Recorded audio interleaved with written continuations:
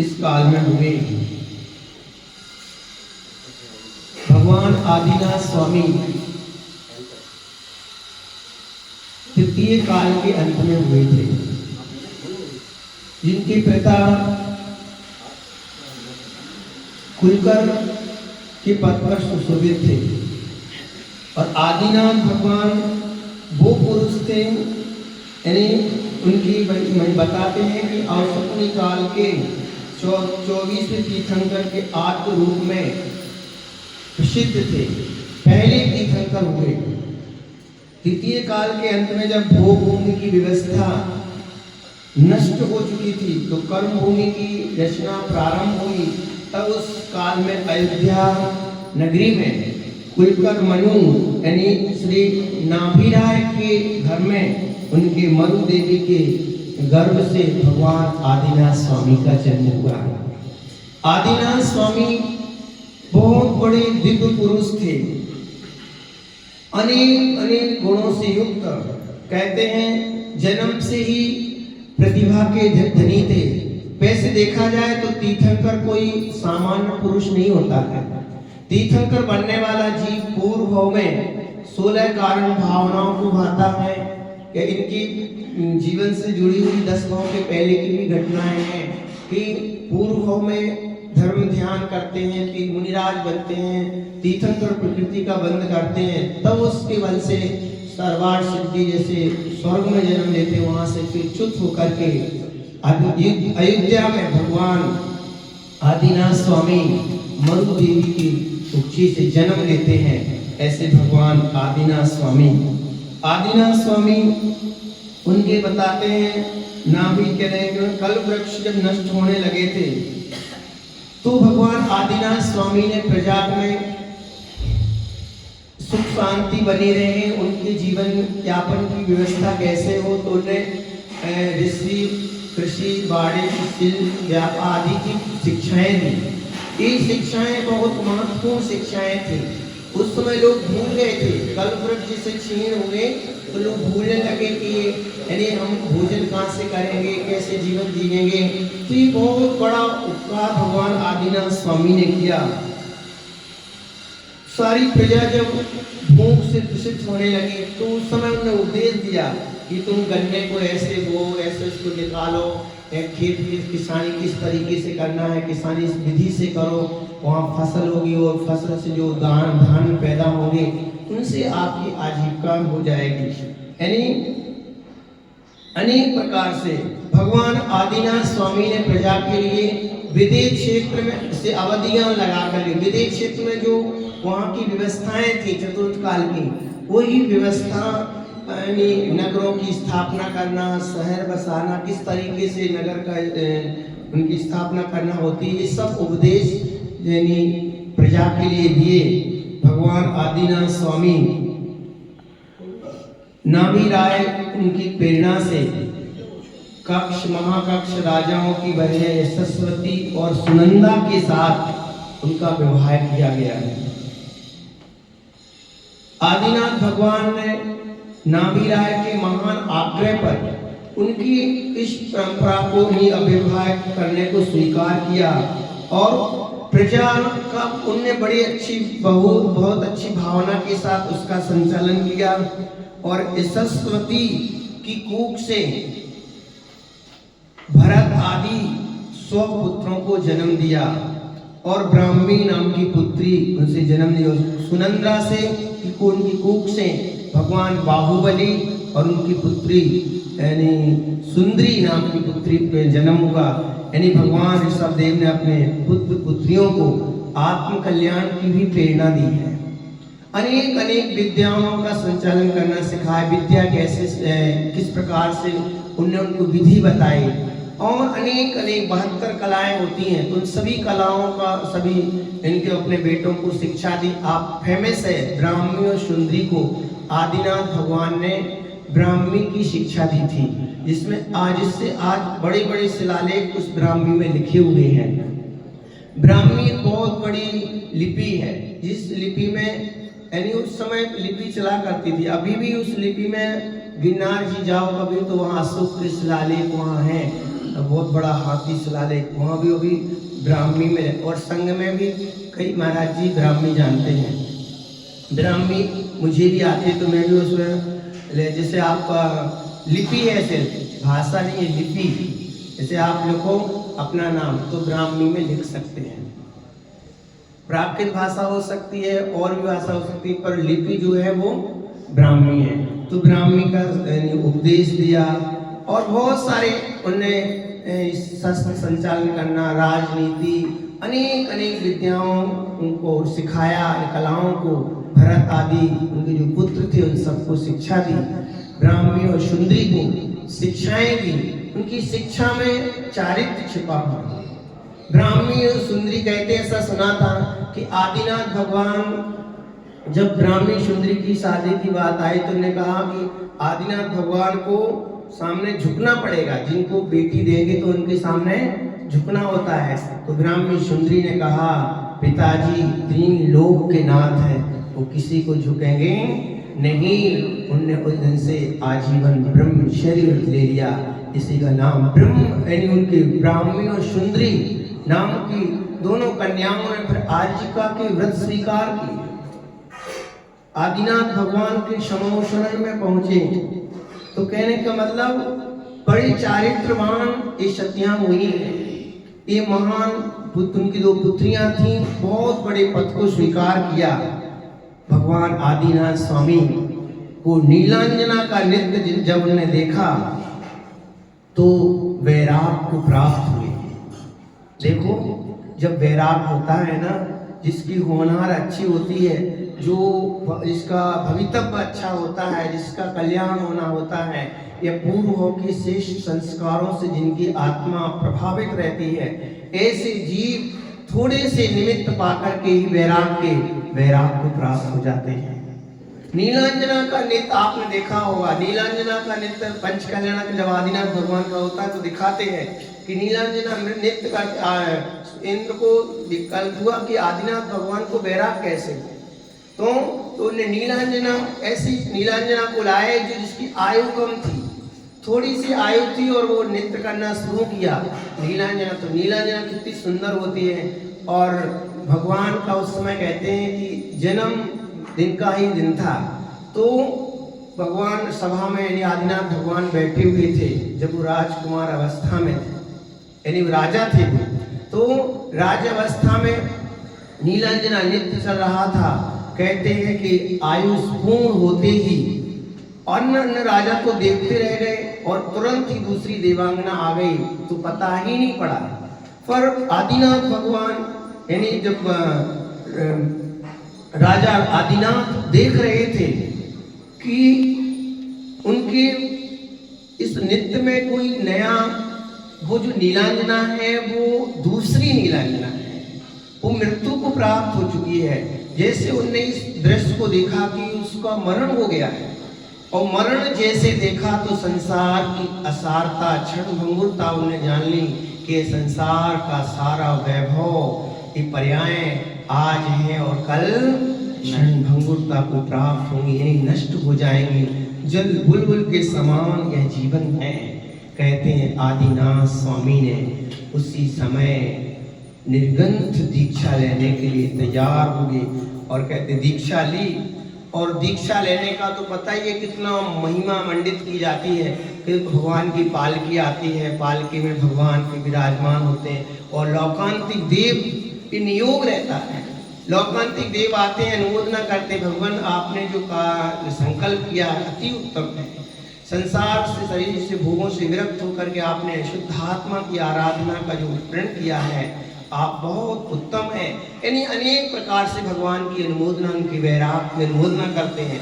और भगवान पालकी में बैठ करके प्रयाग को सुना, प्रयाग वन वहाँ जा करके और स्वयंभू होते हैं वो। आप कहो कि उन्हें दीक्षा किससे लें और उन्हें शिक्षा कैसे प्राप्त हुई थी, तो वो स्वयंभू होते हैं। तीर्थंकर जो होते हैं ना, वो स्वयंभू होते हैं, उन्हें किसी की प्रेरणा की आवश्यकता नहीं पड़ती है, किसी से मार्गदर्शन लेने की आवश्यकता, खुद ही इतने सक्षम होते हैं, इतने पावरफुल होते हैं, उनकी निर्मलता होती है कि उनको दिव्य ज्ञान होता है। तो कहते हैं जब वट वृक्ष के नीचे बैठ करके वट वृक्ष का मतलब अभी भी प्रसिद्ध है। वट वृक्ष की आज भी पूजा की जाती है, लोग पूजते हैं। लोग प्रतीक को पूजते रह गए और जो मूल था वो भूल गए। इतना समय निकल गया आदिनाथ भगवान के बाद, अब इतना समय निकल गया कि लोग प्रतीक तक पूजते रहे, अभी प्रतीकों को ही पूजते हैं, पर वो भूल गए कि इस वृक्ष की पूजा क्यों करना है। वृक्ष के नीचे इसका केवल ज्ञान यानी दीक्षा वृक्ष बोल सकते हैं। और भगवान नमः सिद्धेभ्या बोल करके पंचमुष्टि के श्लोंच करते हैं। क्या करते हैं? पंचमुष्टि के श्लोंच। ज्ञानी धन्य है मुझी। निर्मोहता की कितनी मंगलमयी परिणति रही होगी।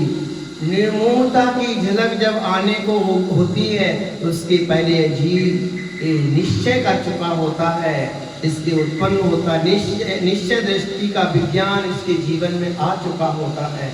यह आत्मा केवल अपने भावों को किया करता है, भाव ही बनाता है आत्मा। यह मैं आत्मा जो मुझ में परिणत हुआ भाव बनते हैं, भावों को ही भोगता है। आत्मा के अंदर जो आत्मा में भाव पैदा होते हैं उन भावों को ये जीव भोगता है, भावों का ही करता है। जब एक जीव को ये पता होता है ना, मैं ही अपने गुण पर्यायों को, इन्हीं गुण पर्यायों का स्वामी हूँ, मेरा संसार में कोई दूसरा कोई स्वामी नहीं है। बताओ भाई, अपना कौन स्वामी है? हर एक द्रव्य अपने द्रव्य गुण पर्यायों में परिणत हो रहा है। आपकी आत्मा स्वतंत्र है, आदिनाथ भगवान की आत्मा स्वतंत्र है। तो भगवान आदिनाथ को जब वैराग हुआ था तो वो वस्तु स्वरूप पर विचार करते हैं कि मेरे द्रव्य गुण पर्यायों का स्वामी मैं हूँ और मेरी आत्मा मेरे द्रव्य गुण पर्यायों का मैं स्वामी हूँ, मैं ही अधिकारी हूँ, दूसरा और कोई अधिकारी। ऐसा निज एकत्व का परिचय जब आदिनाथ भगवान ने लिया और निर्मोह अवस्था उनकी प्रकट हुई, ऐसी अवस्था प्रकट हुई बस अपने स्वरूप में ही मां विश्राम हो। यानी स्थूल उपाय है। आदिनाथ भगवान को वैराग हुआ, निर्मोहता वहीं से पैदा हो जाती है। जब ये पता होता है कि मैं परद्रव्यों से भिन्न हूँ, परद्रव्य मेरे से भिन्न है, मेरे द्रव्य गुण पर्याय भिन्न है, मैं अपने आप में परिपूर्ण हूँ, समृद्ध हूँ, ज्ञान दर्शन स्वभाव वाला हूँ, पर द्रव्यों में मेरा कोई भी कुछ भी नहीं। यह भगवान आदिनाथ भगवान का अंतःकरण वैराग से भर गया। यानी मेरा इस संसार में दूसरा कोई नहीं, मात्र मैं ही हूँ, मेरा मात्र मैं ही हूँ। ये दृष्टि यदि हम करें तो भी हमारे जीवन में पवित्रता आएगी। भगवान आदिनाथ स्वामी के जीवन से हम बहुत प्रेरणा ले सकते हैं, बहुत मंगलमयी उनका उपदेश हम सबके कल्याण, उनका जीवन चरित्र क्यों पढ़ते हैं हम? इसलिए पढ़ते हैं कि उनके जन्म से लेकर के निर्वाण तक उनने क्या क्या किया है, यानी जो जो भी उनने किया है, जो जो भी उनकी प्रवृत्ति बनी है संसार में। जैसे गृहस्थी में थे तो गृहस्थी में रहना होता है, भोजन भी करना होता है, उठना बैठना भी होता है।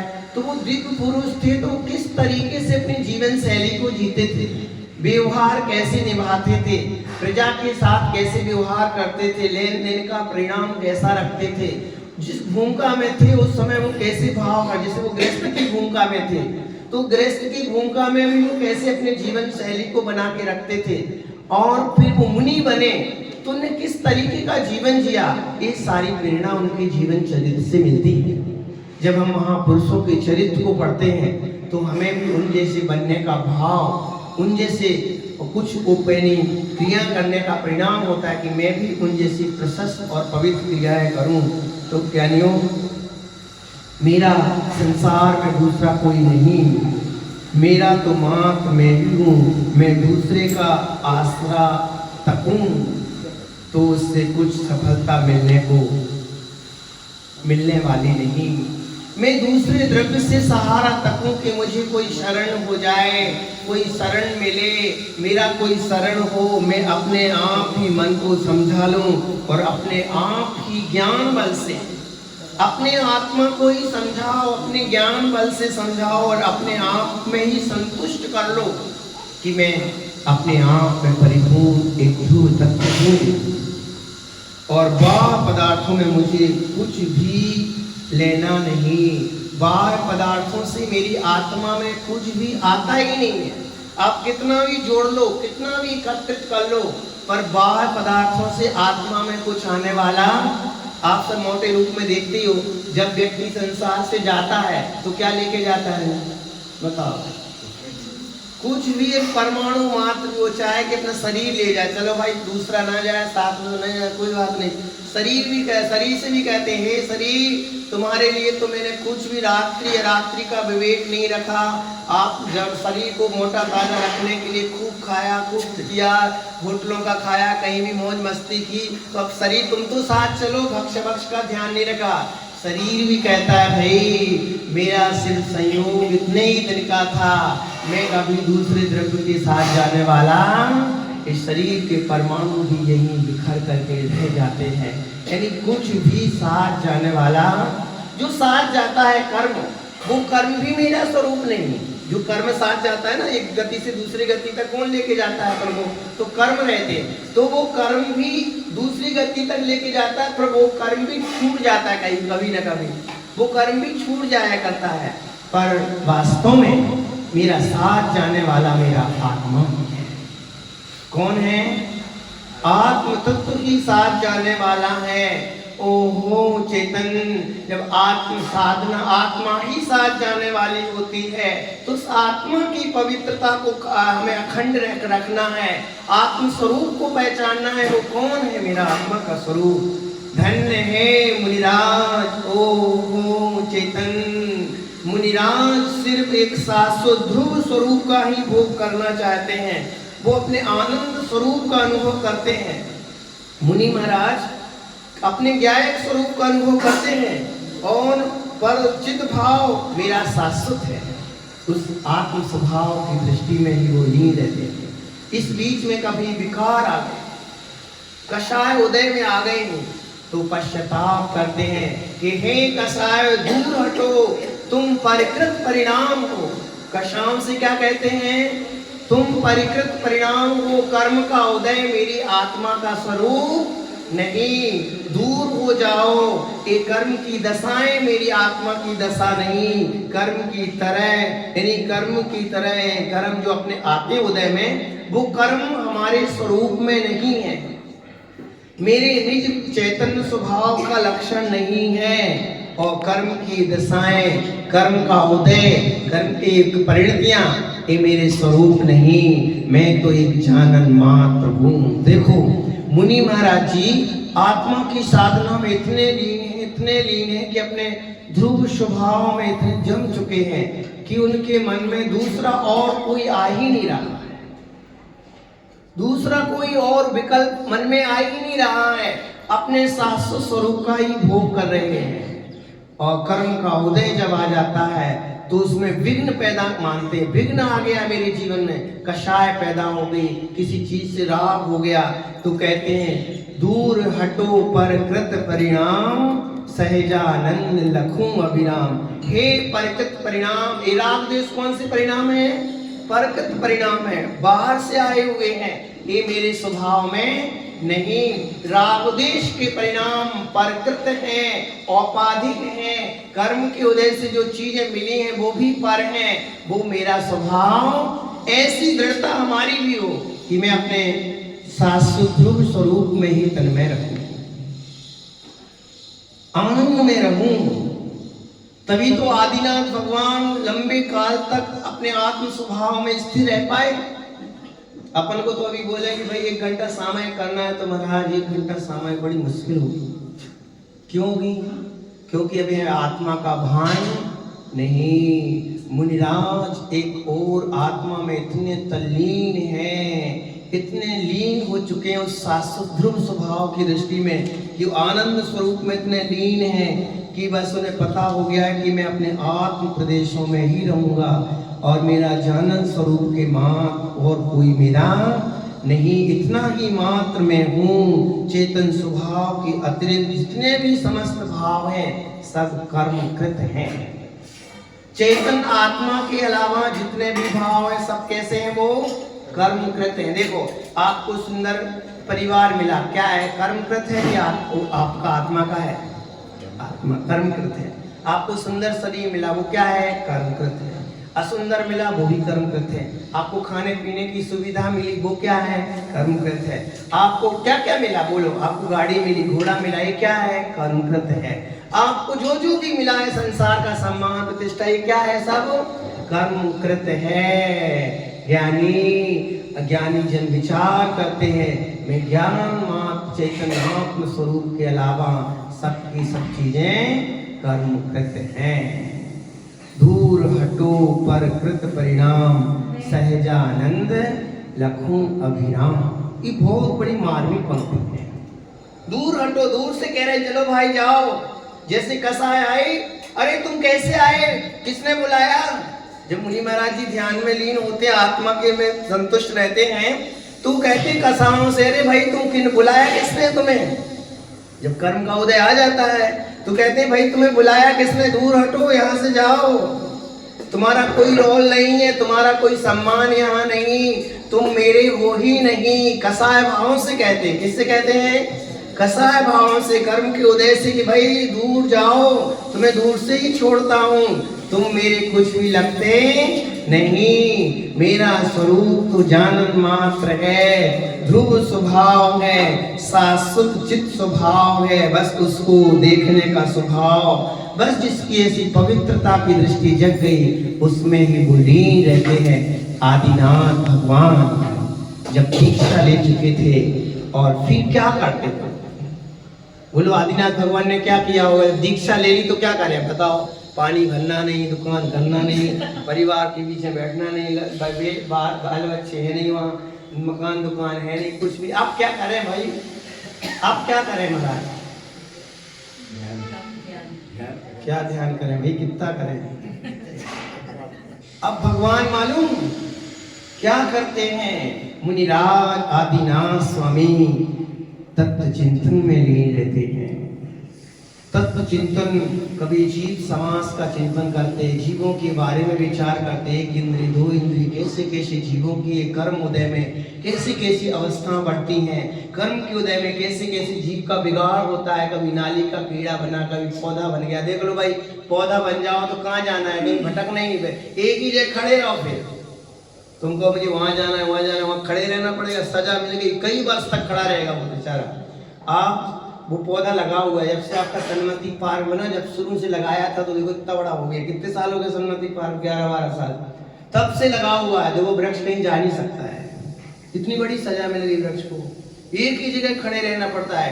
ऐसे कर्म के बड़े विचित्र योग हैं। एक इंद्रिय आदि भाव पे विचार करो तो आदिनाथ भगवान जीव समासों का विचार करते हैं, गुलिस्थान का, मार्गणाओं पर और आत्मा के गुणों पर चिंतन करते हैं, आत्मा का वैभव और आत्मा जीवों की एक संसार दशा कैसी कैसी कर्मों के उदय में बनती है वो भी विचार करते हैं, भावनाओं का चिंतन करते हैं, आत्म शुद्धि के लिए निरंतर प्रयास करते हैं और कि आत्मा में इतने लीन हो जाते हैं कि पर द्रव्य कोई स्थान में नहीं आता है आत्मा में। और फिर कर्म क्षय करके ज्ञान वर्ण आदि जो कर्म बचे होते हैं बाद में गुण स्थान में सभी प्रकार के कर्मों को, जो घातिया कर्म होते हैं उनको क्षय करके आदिनाथ भगवान केवल ज्ञान प्रकट कर लेते हैं, यानी अरहंत भगवान हो जाते हैं। और अरहंत बनने के बाद मालूम है कुबेर सौदामित्र का सिंहासन क्या बोलते हैं वो चलायमान होता है, कंपित होता है, तो सौधर्मित्र की आज्ञा से भक्त समूषण की रचना होती है। इसको बोलते हैं धर्म सभा, यानी विशाल समूषण सभा निर्मित होती है। वो भी आकाश में होती है, यहाँ नहीं होती। कितनी ऊंचे? 500 धनुष ऊंचे कमल बहुत ऊंचाई पर इंद्र नील मणि पर भगवान बहुत सुंदर भव्य समोषण की रचना। इस समोषण का अतिशय कहते हैं, वहाँ अंधे बहरे लूले कोई भी ना वो सब स्वस्थ हो जाते हैं, वहाँ विकार नहीं हो आते, वहाँ मिथ्या दृष्टि वहाँ प्रवेश ही नहीं कर पाते हैं। उनकी सभा में इतनी सम्यक प्राप्त कर लेते हैं, वहाँ जाकर इतना दिव्य प्रभाव रहता है, रोग नहीं होते हैं। ऐसा पावन और समोषण भगवान की सभा लगती है, वहाँ धर्म उपदेश होता है। धर्म उपदेश में आत्म स्वरूप का परिचय कराते हैं, तुम कौन हो, तुम्हारा स्वरूप क्या है, तुम क्यों भटक रहे हो, आदि आदि उपदेश दे करके भगवान जब तक आयु रहती तब तक पूरे भारत देश में जगह जगह विहार करते हुए, और विहार करने के बाद जब उपदेश आयु पूर्ण हो जाता है तो समुद्घात करते हैं। क्या करते हैं? आयु कर्म के बराबर सभी कर्मों की स्तुति लाने के लिए समुद्घात होता है, जिसको फिर योग निरोध बोलते हैं। भगवान कैलाश पर्वत पर योग निरोध करके बैठ जाते हैं और वहाँ योग निरोध करके अंतिम समय आ ई उ री अक्षर मात्र उच्चारण करके भगवान अनंत काल के लिए सिद्ध बन जाते हैं। क्या हो जाते हैं प्रभु? सिद्ध बन जाते हैं। सिद्ध बनने का मतलब होता है जहाँ घाती सभी प्रकार के कर्म नष्ट हो गए। जड़े उखाड़ी अघातिया की सुदूर फैली चेतन में। अघातिया कर्मों की जड़ें उखाड़ दी भगवान ने, सूक्ष्मादि गुणों को प्रकट कर लिया। अनंत दर्शन, अनंत ज्ञान, अनंत सुख, अनंत वीर, यानी अनंत ज्ञान। अनंत ज्ञानावरणी कर्म के नष्ट होने पर अनंत ज्ञान प्रकट होगा। अनंत दर्शन, दर्शनावरणी के नष्ट होने पर अनंत सुख, मोहिनी कर्म नष्ट हो गया, पूरा खत्म, कोई किसी से राग ही नहीं रहे, अनंत सुख प्राप्त हो गया है। अव्यावाद सुख वेदनी कर्म के, अव्यावाद सुख वेदनी कर्म के नाम कर्म के नष्ट से सूक्ष्म और ऐसे अमूल अमूत गुण प्रकट हुआ। सभी इन जो कर्म होते 8 कर्मों के क्रम अंतराय कर्म के नष्ट होने से अनंत वीर प्रकट हो गया। ऐसे भगवान अनंत काल तक के लिए अनंत सुख स्वभाव को प्राप्त हुए।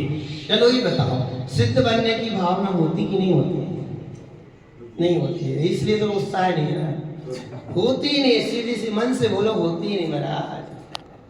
सिद्ध बनने का मन कभी नहीं होता होगा। क्या है भाई, सिद्ध भगवान कितने आपने गायक स्वभाव में लिए रहते हैं, तो मैं भी कम से कम घर की काम वाम छोड़ छाड़ के अपने शांति से अपने ध्रुव स्वरूप को ही देखूं। जैसे बताया था ना अभी कि भगवान मुनिराज अंतर्मुख दृष्टि करके अपने शाश्वत सत स्वभाव को ही निरखते हैं। कर्म के उदय आते तो कहते हटो हटो भाई, तुम्हारा यहाँ कोई काम नहीं, तुम मेरे कोई लगते, दूर हटो परकत परिणाम। उनमें कोई इंटरेस्ट नहीं है भगवान मुनिराज को। ध्यान लगाओ महाराज, तो 4-5 आत्म स्वरूप बनी और कोई आ जाता है। इसका मतलब आत्म स्वभाव की दृष्टि बनाना पड़ेगी, यानी आत्म तत्व को जानना पड़ेगा। जानोगे नहीं तो फिर पहचान भी कैसे बनेगी, कैसे जमोगे? तो अभी तुम्हें पहचान ही नहीं कि आत्मा क्या होती है। अभी सही बताया तो आत्मा की पहचान ही नहीं किसी को, कई लोगों को, कि आत्मा कहते किसे। बस यही कहते हैं महाराज अपना घर अच्छा चलता रहे, दुकान अच्छी चलती रहे, मकान अच्छा बना रहे, बाल बच्चे अच्छे रहे, हम अच्छे, बस इतनी आशीर्वाद दे दो। तुम्हारा कोई दोष नहीं, मुंह का उदय है, कर्म के उदय में अज्ञानता में जीव ऐसा ही करता है। तुम्हारा क्या दोष है बताओ भाई? दोष तो है ही अज्ञानता का ही, तो वो भूल गया है। तो ज्ञानी सिद्ध अवस्था की तड़फन होना चाहिए कि मेरी दशा भी सिद्ध दशा कब बने। और सिद्ध दशा शुद्धात्मा की दृष्टि से बनती है। देख लो मुनिराज ने क्या किया, दूर हटो परकित परिणाम, दूर जाओ। सम्मान नहीं किया कर्मों का, सम्मान किया होता तो वो सिद्ध नहीं बनते। वो देखो संसार में ही वो थे, ऐसा नहीं कि भगवान बन गए हो, संसार में ही थे, तब उन्होंने पुरुषार्थ किया कि अंतर्मुख होने का। जैसे आप लोग गृहस्थ में हो तो आपको गृहस्थी में ही पुरुषार्थ करना है। ऐसा नहीं कि हम सिद्ध बन जाएंगे तब करेंगे। अरे भाई तब तो शुद्ध हो गए हो, शुद्ध हो जाने के बाद फिर शुद्ध होने का कोई पुरुषार्थ नहीं किया जाए, वो तो फल मिल चुका है ना पुरुषार्थ करने का। तो पुरुषार्थ अभी करना है, वो पुरुषार्थ यही कहलाता है। यही पुरुषार्थ मुनिराजों ने किया। क्या मुनि महाराजियों को आकर्षण नहीं आता होगा? और आत्मा का इतना आकर्षण उनको बैठ चुका था कि राग द्वेष भावों का सम्मान ही नहीं करते थे। वो कहते नहीं नहीं नहीं, कर्म तुम दूर हो, मेरा स्वभाव नहीं नहीं नहीं, कर्म मेरा स्वरूप नहीं, राग करना मेरी आत्मा का धर्म नहीं, आसक्ति करना मेरा स्वरूप नहीं, मैं तो जानन मात्र हूँ। बस अपने जानन स्वरूप में तृप्त रहे। जानन जानन की दृष्टि शांत आत्म स्वरूप का ही वेदन करते, जहां भी आपको 24 घंटा वही वेदन कर रहे हैं। अब वही उनका धर्म है। धर्म करना बहुत सरल है। आप लोग बोलते हैं धर्म करो भाई, धर्म करो, तो धर्म को 1-2 दिन में नहीं हो जाता है। जैसे आप लोग व्यापार करते हैं तो पूरा जीवन हिल जाता है। वो सुबह से जाना पड़ता है, शाम को आना होता है, फिर जाना, फिर कल्पना करना, फिर घर बसाना, तो कितना टेंशन आती है। पूरा दिन हिल जाता है आपका जीवन। कैसा आपको उसका करना पड़ती है, किसे यहाँ विकल्प करना होते, यहाँ जाओ वहाँ जाओ, ये मिलो। महाराज आपको पता नहीं, बेटा बेटी होते तो उनकी शादी करना कितना दिमाग लगाना पड़ता है, कितना बोझ हो जाता है, कितनी भारी भरकम विकल्प आते हैं, होता है। पर इससे भी ज़्यादा पुरुषार्थ धर्म ध्यान के लिए करना होता है। आप सोचो कि एक दिन में ही फटाफट काम हो जाए, नहीं। इसके लिए आपको अच्छे पवित्र वातावरण में रहना, पवित्र भावना रखना, संगति में जाना, स्वाध्याय करना, भगवान की पूजा करना, प्राणिमात कर, बहुत सारा धर्म ध्यान का लंबा समय बनाना पड़ता है। तब कहीं जाकर के आप उस धर्म स्वरूप में स्थिर हो पाते हो। तो उस आपको ये निर्णय करना पड़ेगा। पहली बात तो एक चुनाव करो। पहले चुनाव करना है, चुनाव करना पड़ेगा कि मुझे करना क्या है और मुझे वास्तव में करना क्या है। देखो भाई, आप लोगों ने जैसे लक्ष्य रखते ना कि ये काम मुझे करना है, तो अब बाकी चीजों को आप गौण करते हो, उसको करना नहीं करना पड़ रहा है, ऐसी चीज से करते हो। करना भी करता है ना कोई काम, पर जो आपका मुख्य लक्ष्य बनाया है वो करना, तो उसके लिए आप प्राण से लग जाते हो, पूरी मेहनत से लगते हो, तन मन से लग जाते हो कि ये करना तो करना ही है। ऐसे ही हमें दृष्टि होना चाहिए कि संसार का सारा वैभव यही छूट जाने वाला है, परमाणु मात्र मेरा नहीं। अभी बताया था ना कि आत्मज्ञानी को ये सब चीजें पता पड़ती, मैं अपने आप में परिपूर्ण ज्ञान घन पिंड हूँ, कोई भी परद्रव्य मेरा नहीं। जब ऐसी दृष्टि होती है, उससे हटाव होता है, तो फिर वो कहीं अपने में रम पाते हैं, पर से छूट पाते हैं। तो हमें समर्पण होना चाहिए अपनी आत्मा के प्रति कि मेरी आत्मा ही मेरे लिए सब कुछ है। बोलो, क्या है आपके लिए सब कुछ? आत्मा। मेरा बेटा है, दुकान ही सब कुछ है महाराज। तो मेरी परिवार सब कुछ नहीं। भाई दुनिया की टेंशन भी मत पालो, ये भी ध्यान है। कई लोग बोलते बहुत टेंशन में रहते हैं कि महाराज क्या करूं, परिवार है तो ध्यान रखना पड़ेगा, ये तो विकल्प छोड़ दो, दुनिया का विकल्प हमें करना ही नहीं। वैसे कोई जीव है ना, तो वो जीव का अपना अपना भाग्य है। हर जीव का अपना अपना, हम सोचे कि मैं कर रहा हूं तो ये तो सब कल्पना, छोड़ दो तुम ये भ्रम।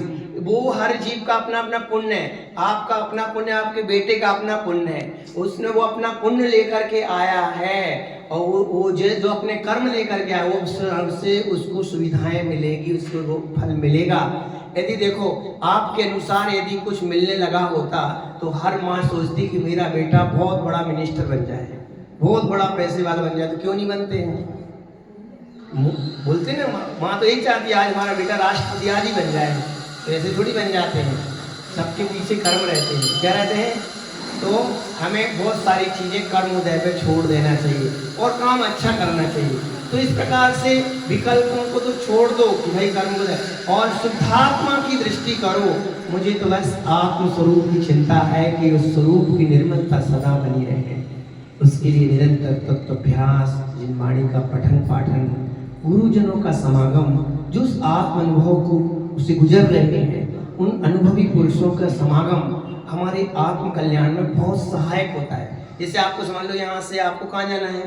उदय, कौन सा गाँव?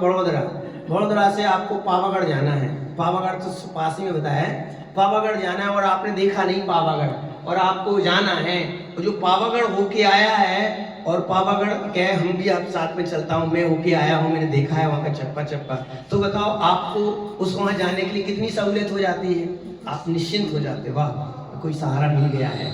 ऐसे ही आपको मोक्ष पथ पर जाना है, आत्मानुभूति करना है, और आपको पुण्य से गुरु मिल जाए, उस आत्म सत्व की जिनकी लीनता है, पर द्रव्यों को वो स्थान ही नहीं देती। ऐसे लोग भी मिलना बहुत जरूरी है कि जिनकी दृष्टि स्वभाव में ही रमी हुई है, और आपका भी लक्ष्य स्वभाव में रमने का है, तो आपको स्वभाव में रमने के लिए बहुत सहूलियत मिल जाएगी, आपको सहजी ज्ञान मिल जाएगा।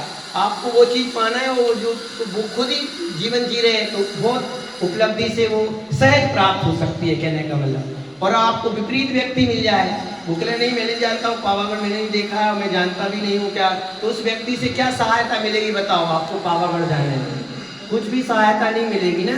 ऐसे आपकी कल्याण में बढ़ना है, आपको भोगी लोग मिल जाएं, राग रंग करने वाले हो, आपको चाहिए शांति, तो क्या करेंगे बताओ?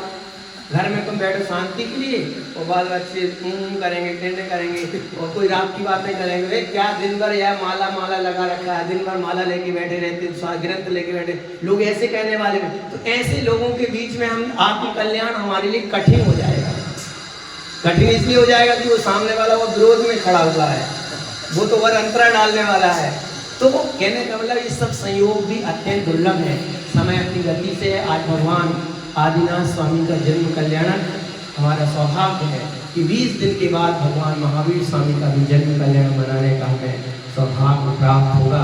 आज से ही 20 दिन बाद आदिनाथ, तो आप लोग ये आज संकल्प कर लो, आदिनाथ भगवान का कल्याण से महावीर कल्याणक तक हम महोत्सव मनाएंगे।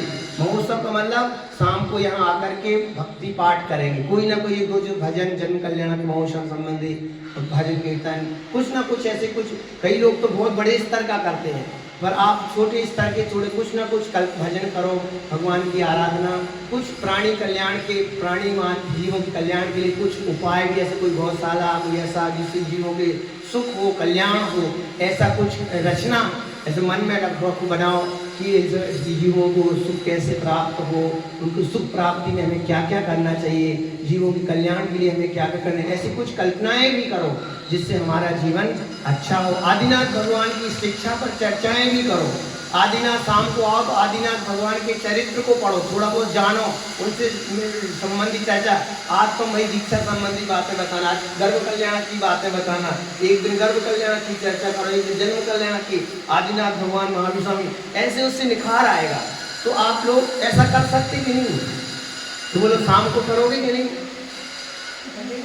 बोलो आदिनाथ भगवान से महावीर जयंती तक बच्चे कल्याण शुरू हो जाएगा, उस दिन से नहीं करना चाहिए, वो तो शुरू ही हो गया है। तो 29 तारीख के पहले तक आप लोगों को यहाँ मंदिर में आके भली एक भजन गाओ बैठ करके, है ना, ये जरूर करना। फिर कोई उनसे जुड़ी प्रश्न मंच, प्रश्नोत्तर वगैरह इस प्रकार से कार्यक्रम करेंगे।